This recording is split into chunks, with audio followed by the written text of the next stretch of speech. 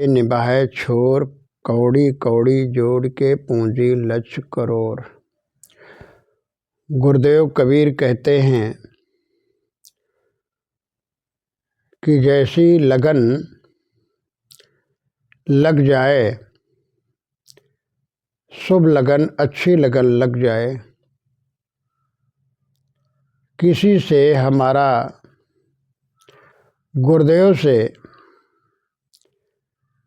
भक्ति वैराग भजन करने के लिए हमारा जैसा रिश्ता गुरुदेव से जुड़ जाए, हमारा तारतम्य जुड़ जाए, हम जो रास्ता पकड़ लें वह पूरी तरह से शुरू से जैसी हमारी लगन जैसी धुन होती है कि हम भक्ति करें, वैराग्य करें, त्याग और तपस्या करें, या हम कोई अच्छा वाणिज्य व्यापार करें जिससे हमारे जीवन का तारतम्य अच्छा चले और कल्याण मार्ग में लग जाएं जैसे शुरू से, तो हमारा जो लक्ष्य हो उससे हम भटके नहीं, शुरुआत से। और कहते हैं शुरू से जैसी हमारी लगन लग जाए, फिर उसमें चाहे जैसे व्यवधान आ जाएं, चाहे जैसे संकट भी आ जाएं तो जीवन में आ जाया करते हैं, लेकिन हमें ओर से लेकर छोर तक, आखिरी तक, शुरू से लेकर आखिरी तक हमारे अपने ध्येय में, अपने ध्येय से इधर उधर न होने पाएं, अपने लक्ष्य से भटक ना हम जाएं। भक्ति करेंगे, वैराग्य करेंगे, ब्रह्मचर्य व्रत पालन करेंगे तो कुछ न कुछ बाधाएं तो आएंगी ही, लेकिन उन बाधाओं को लेकर हम अपने मार्ग को न बदलें, हम अपने रास्ते से न भटक जाएं, अपने लक्ष्य से न भटक जाएं, न छोड़ें। प्राणपण से हम पालने का संकल्प कर लें कि हमसे जैसे गुरु की लगन लगी है, गुरु से लगन लगी है, वैराग से हमारी धुन लगी है कि हम वैराग्य करेंगे, जन कल्याण करेंगे। अध्यात्म जीवन में जैसी तुम्हारी लगन धुन शुरू से लग जाए तो फिर और पार आखिरी तक उसको निर्वहन करें, तभी वह पूरा लाभ हमें मिलेगा। ऐसे ही कोई भी व्यापार, खेती, वाणिज्य और अन्य जितने भी कार्य व्यवहार हैं, कुछ सीखने के लिए, कुछ करने के लिए, कहीं पहुंचने के लिए, कुछ प्राप्त करने के लिए हमारी जैसी धुन, लगन, इच्छा होती है, जब हो तो हम फिर पूरी तरह से कमर कस लें। अब उसमें चाहे जितनी व्यवधाएं आए, तकलीफ भी हो, संकट भी आए, हानि और लाभ हो जाए, तो ये तो जीवन में सब चला करता है, दुख और सुख, हानि और लाभ। क्योंकि कर्म फल भोग हमारे साथ साथ लगे हुए हैं, तो थोड़े दुख में, थोड़ी बीमारी में लोग ऊब जाते हैं।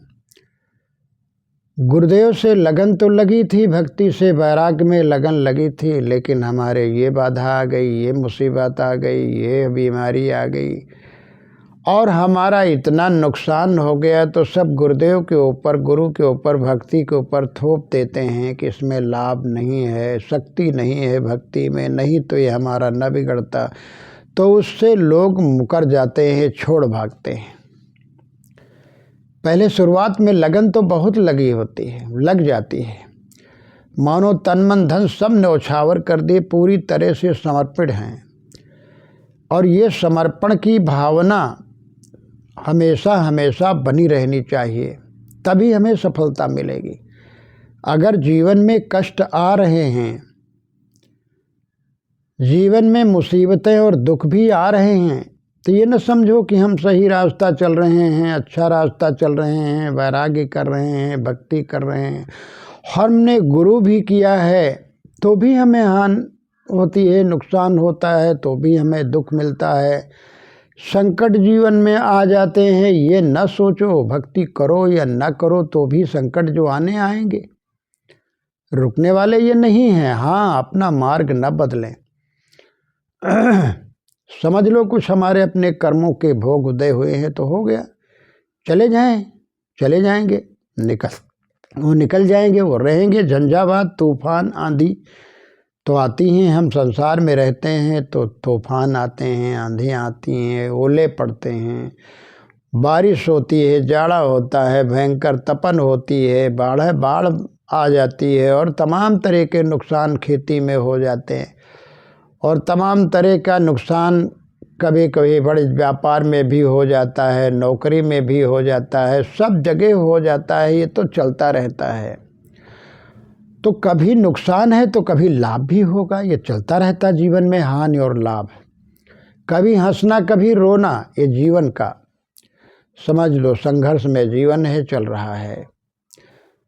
तो हम अपने लक्ष्य से न भटकें, अपने भक्ति को, अपने वैराग्य को, अपने शुद्ध रास्ते को हम त्याग न करें। सद्गुरु संतों से पूरी तन्मयता के साथ, पूरी लगन के साथ उनमें निष्ठा बनाए रखें, श्रद्धा बनाए रखें।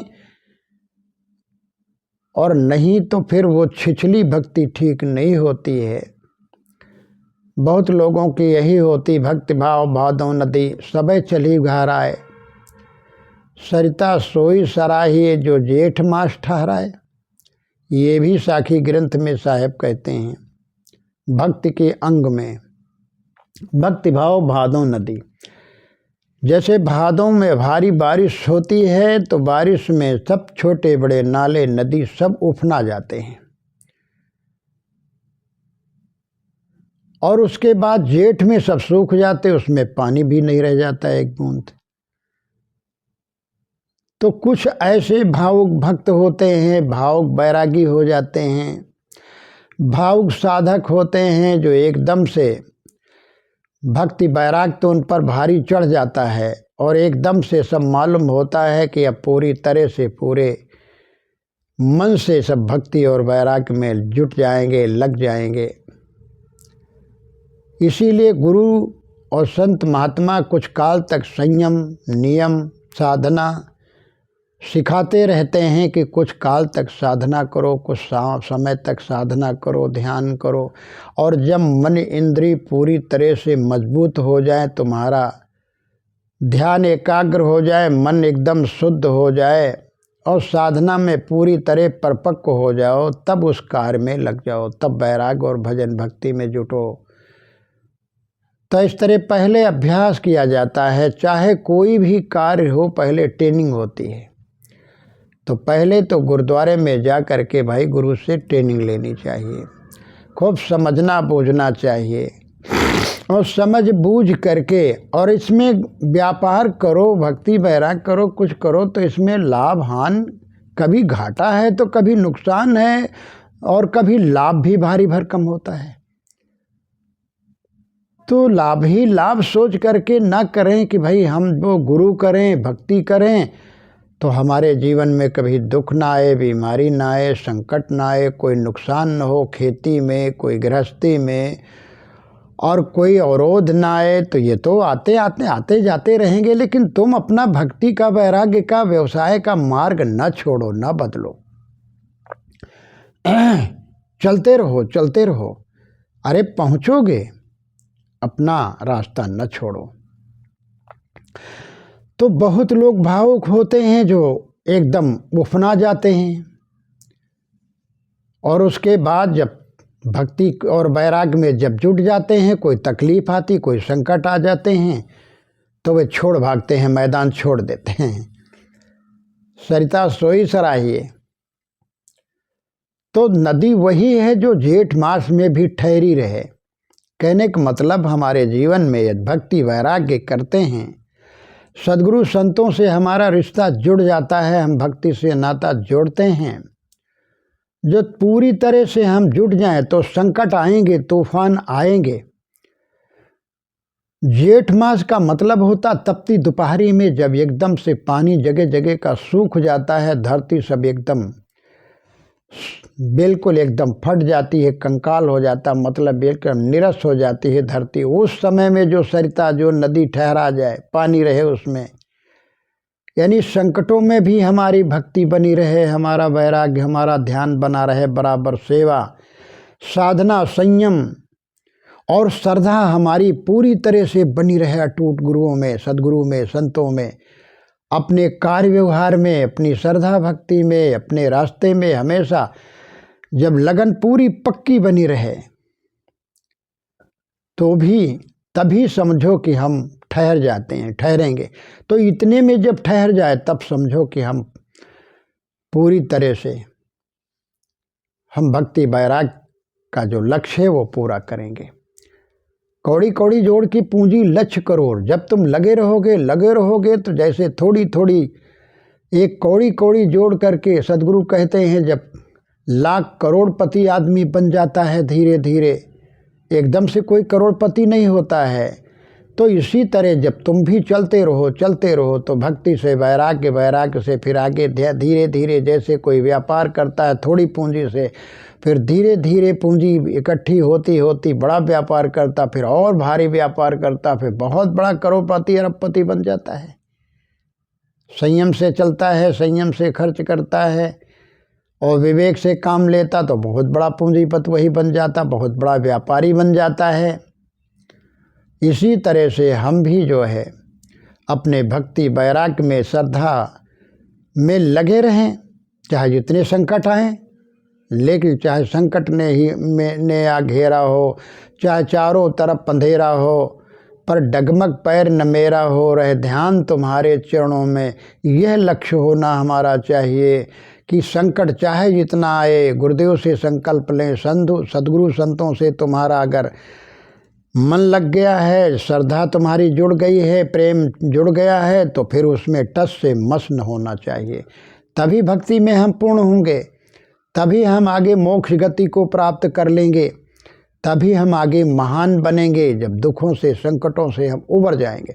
और संकट आते हैं, नुकसान होता है, दुख आते हैं तो समझ लो हमारी परीक्षा हो रही है, हमारा इम्तहान हो रहा है। ये ध्यान करके ही चलना चाहिए। भक्ति, भजन, वैराग्य, कोई भी कार्य करो तो उसमें तमाम तरह की बाधाएं आती हैं, लेकिन उन बाधाओं से हम टस और मस ना हों। अपने मार्ग से भटके ना, लोभ में न फंसें, मोह में न फंसें, विषय वासनाओं में ना फंसें, हम किसी के बहकाए में इधर से उधर न हो जाएं, नहीं तो पुण्य के बजाय पाप ही होगा। हम कहीं के कहीं भटक जाएंगे तो दोनों दिन से गए पाड़े, हेलुअम रहे न माड़े, तो वो दोनों दिन से चले जाओगे। भक्ति भजन वैराग से भटक जाओगे तो कहाँ जाओगे? पुनः उसी में जाओगे तो तुम ना गृहस्थी में रहोगे, ना विरक्ति में, ना इधर से रहोगे ना उधर। कुछ समय कोई इधर चले, कुछ देर उधर चले, और जाना उसे लखनऊ है मान लो, या बॉम्बे जाना है, तो कुछ दूर पश्चिम चले, कुछ दूर पूरब चले, कुछ दूर दक्षिण चले, और इसी तरह चलते चलते चारों तरफ चलता रहे। स्वयं का बोध न होने के कारण, सही रास्ता न मालूम होने के कारण, तो जब चारों तरफ, चारों दिशाओं में जो व्यक्ति चलेगा, कुछ दूर इधर, कुछ दूर उधर, कुछ दूर इधर, कुछ दूर उधर, तो भला अपने लक्ष्य तक कहाँ पहुँच पाएगा? जहाँ वो जाना चाहता वहाँ कहाँ पहुँचेगा? नहीं पहुँचेगा।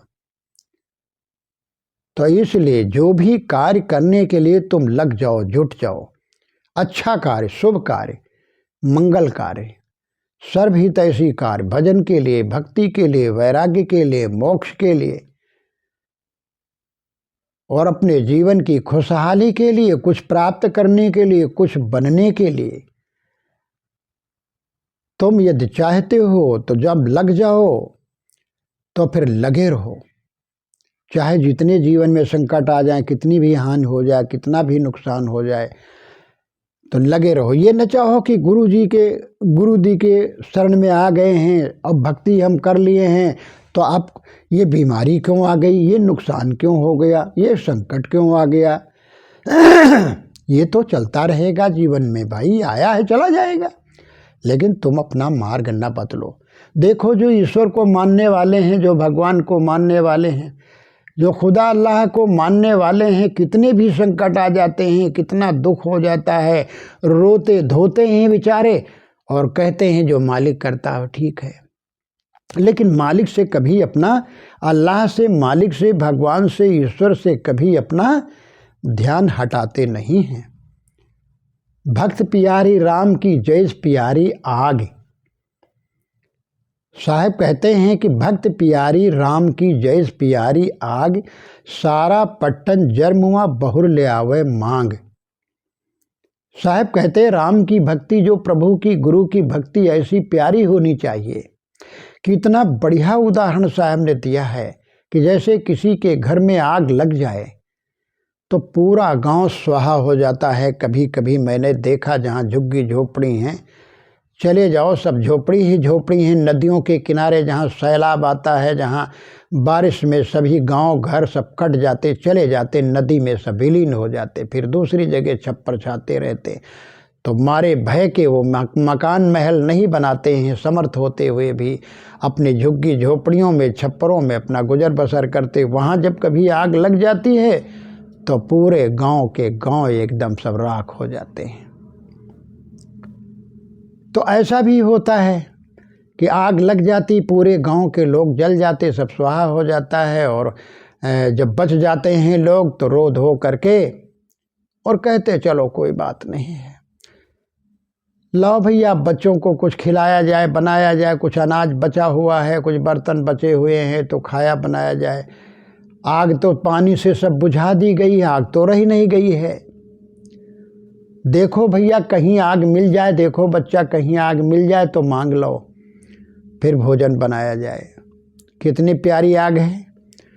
उसी आग ने सारे गांव को स्वाहा कर दिया, पूरा पट्टन, पूरा शहर, पूरा नगर राख हो गया, सारी संपत्ति जलकर खाक हो गई। लेकिन फिर उस आग को मांग करके फिर जलाया जाता है, भोजन पानी चाय नाश्ता बनाया जाता है। जैसे आग से हमारा प्रेम है, ठीक इसी तरह से हमारी भक्ति उतनी ही प्यारी, भगवान की भक्ति, राम की भक्ति, सदगुरु की भक्ति उतनी ही हमको प्यारी होनी चाहिए जितनी प्यारी आग। साहब कहते हैं कि सब कुछ जल जाए, भले ही बिगड़ जाए, हम अपनी जगह पर स्थिर रहें। कितना नुकसान खेती में हो जाता है, रोग बीमारियां लग जाती हैं, ओले बरस जाते हैं, तूफान आते हैं, तहस नहस कर देते हैं, बीज लगते हैं, खाद लगती, पानी लगता है, कितना अपना घर का जितना है जो कुछ वो सब खेती में डाल देते हैं, किसान लोग लगा देते हैं। लेकिन उसके एवज में सोचे तो उनका घाटा ही घाटा हो जाता। कभी कभी बिल्कुल एकदम दाना घर नहीं आता, लेकिन न खेती छोड़ते हैं, न बोना छोड़ते हैं, न वो काम करना उसमें छोड़ते हैं, फिर जो है लग जाते हैं। तो ये सब इस तरह चलता रहता है। अपने मार्ग को, अपनी भक्ति को, अपने सन्मार्ग को कभी हम न छोड़ें, हमेशा चलते रहें। तो इतनी प्यारी भक्ति, वैराग्य, त्याग और इतना प्यारा अपना मार्ग होना चाहिए। श्रद्धा भक्ति उतनी ही प्यारी, उतनी ही और ज़्यादा बढ़ जानी चाहिए कि प्रभु संकट आते हैं चले जाएंगे, कोई बात नहीं है। कुछ कर्म फल भोग था, हो गया, चला गया, चला गया। तूफान रहते नहीं हैं, ओले पड़ते हैं, फसल को नष्ट कर देते हैं, लेकिन थोड़ी देर में उनको ढूंढने जाओ तो एक भी नहीं मिलेंगे, ओले पत्थर एक भी नहीं मिलेंगे, वो भी गल जाते हैं। जो दूसरों को नुकसान पहुंचाता है वो स्वयं नष्ट हो जाता है। तो जो तूफान आते हैं जीवन में वो कोई स्वयं विलीन हो जाएंगे, गायब हो जाएंगे। फिर उठो, फिर खड़े हो जाओ, फिर चल दो। तो इसलिए अपना मार्ग तुम न बदलो, जैसी लागी और की वैसी निभाए छोर। हमारी शुरू से जैसी लगन भक्ति और वैराग्य की लगी, उसमें पूरी तरह से दृढ़ता, मजबूती के साथ वैराग्य करें, मजबूती के साथ ब्रह्मचर्य व्रत पालन करें, मजबूती से हम भक्ति करें, सद्गुरु संतों की सेवा में डटे रहें, सत्संग में डटे रहें, स्वाध्याय में लगे रहें, ध्यान साधना में लगे रहें। और हम जो कुछ बनना चाहते हैं, प्राप्त करना चाहते हैं, वो अपने लक्ष्य में लगे रहें। तो निश्चित है पूंजी पूंजी जोड़ के, पूंजी कौड़ी कौड़ी जोड़ के पूंजी लक्ष्य करोड़। तो जैसे कौड़ी कौड़ी जोड़ते हुए लखपति करोड़पति लोग बन जाते हैं पूंजी इकट्ठी करते करते। ठीक इसी तरह सद्गुणों को, अच्छी बातों को, श्रद्धा और भक्ति और प्रेम को तुम जोड़ते रहो, इकट्ठे करते रहो, तो तुम बहुत बड़े लखपति, बहुत बड़े महान बन जाओगे। छोटे से बड़े हो जाओगे। नीचे धरातल पे ये न समझो हम तुच्छ हैं, नीच हैं, हीन हैं, हम गरीब हैं, हम ऐसा कैसे कर सकते हैं। नहीं, ये हीनत्व की भावना ना आए, तुम महान बन जाओगे। जैसे कौड़ी कौड़ी जोड़ के लखपति, लक्षपति, करोड़पति, अरबपति बन जाते, तुम भी उसी तरह से तुम महान बन जाओगे, पूज्य बन जाओगे, अपूज्य से पूज्य बन जाओगे। ये ध्यान दो, तुम महान बन जाओगे, तुम बड़े भारी बन जाओगे। छोटे छोटे दुकान करने वाले, पुड़िया बांधने वाले बहुत बड़े व्यापारी बन जाते हैं, ट्रकें चलने लगती हैं। ठीक इसी तरह व्यक्ति जो अपूज्य होता है, जिसकी तरफ लोग निगाह नहीं करते, लेकिन वह जब सन्मार्ग में चलना शुरू कर देता है, संकट चाहे जितने आए, न लोभ में फंसे, न मोह में फंसे, न विषय वासनाओं में इधर उधर कहीं भटके, इन जंगलों में अपना रास्ता काटते हुए निकल चलो, निकल चलो। खनत्रे, खन माने खनित्रे। अगस्त जी के लिए आया, महर्षि अगस्त जी के लिए आया है कि बहुत बड़ा जंगल काट करके कुल्हाड़ियों से और अपना जंगल में रास्ता अगर महर्षि अगस्त ने बनाया, फिर उसमें रास्ता बनाया, खेती करना अपने हाथ से शुरू किया। आज वे संसार के महापुरुषों में गिने जाते हैं। खनित्रे, संकटों से जूझने लगे, जूझते रहते। इसी तरह हम अपना मार्ग स्वयं बनाएं, घबराएं नहीं। और घबरा करके एक दिन छोड़ दोगे, गुरु को छोड़ोगे, श्रद्धा भक्ति को छोड़ोगे, तो और संकट में पड़ोगे। इसलिए श्रद्धा भक्ति से कभी न मुकरें। संतों से प्रेम जुड़ गया है तो संतों में लगे रहिए, लगे रहिए, आते जाते रहिए, दर्शन करिए और अपनी साधना भजन भक्ति में लगे रहिए। निश्चित तो तुम्हारा कल्याण होगा, तुम्हें मंजिल मिलेगी। बस।